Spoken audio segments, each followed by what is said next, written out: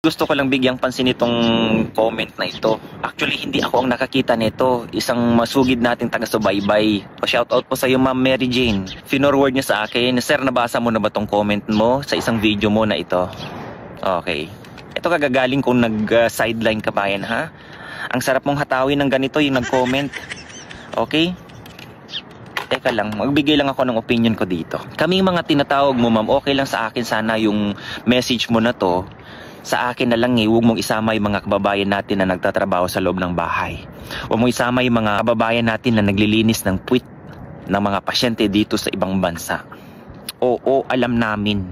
Kaya namin iniwan ang aming mahal sa buhay dyan sa Pilipinas para magtrabaho dito sa ibang bansa para sa kapakanan ng aming pamilya. Ikaw na nag-comment, ma'am, magpasalamat ka dahil pinayayaan ka ng magandang buhay. Nakita ko yung profile mo bago ko ginawa ito. Sinerge muna kita. Nakita ko yung mga nakalagay dyan. Puro mga magagarang sasakyan, magagarang bahay at magagandang lugar o bansa kung saan mo kumukuha ka ng mga pictures dyan sa pinupuntahan mong lugar. Magpasalamat ka. Bakit anong pumasok sa isip mo na naisipan mong i-comment ito? Na isinama mo pa yung ating mga babayan dyan sa ibang nagtatrabaho sa bahay, ganyan. In short, ako mismo kabayan, katulong din ako dito sa ibang bansa. Okay? Trabahador. Meron kaming boss. Kaya huwag mong ganyan na minamaliit mo lang kami dito sa ibang bansa. Keso, kami ang taga-punas ng puwit ng pasyente. Nagalit na yung bisikleta. O kaya, kami ay naglilinis o taga-punas ng inidoro ng ibang tao. Ito lang ang masasabi ko sa iyo, ma'am.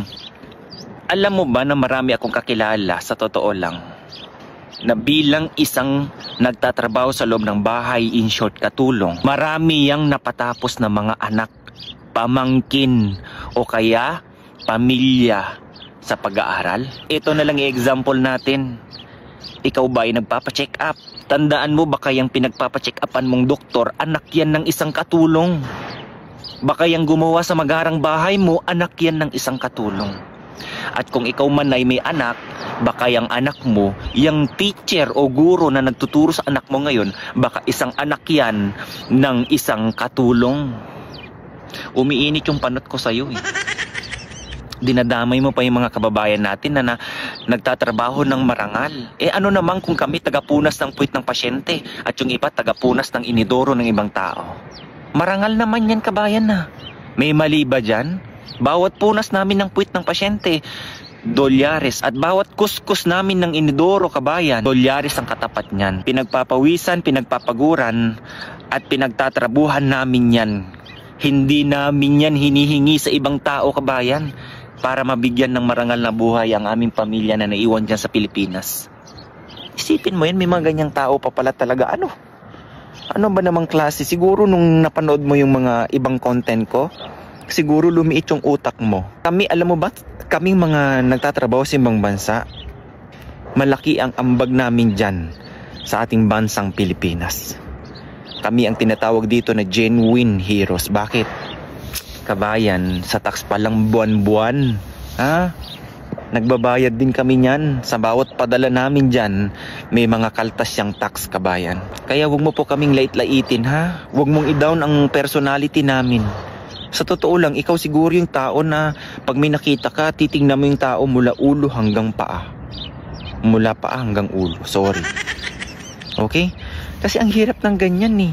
Huwag mo nang isama yung mga kababayan natin na nananahimik na nagtatrabaho sa loob ng bahay, ha? Ako na lang. I-direct mo sa akin yung message. Kasi kaya ko pa yung Pero kung yung makakabasa nito, shoutout po sa mga kababayan natin dyan na nagtatrabaho sa loob ng bahay. Huwag nyo lang pansinin yung mga ganitong klase ng tao. Totoo naman yung sinasabi ko eh. Okay?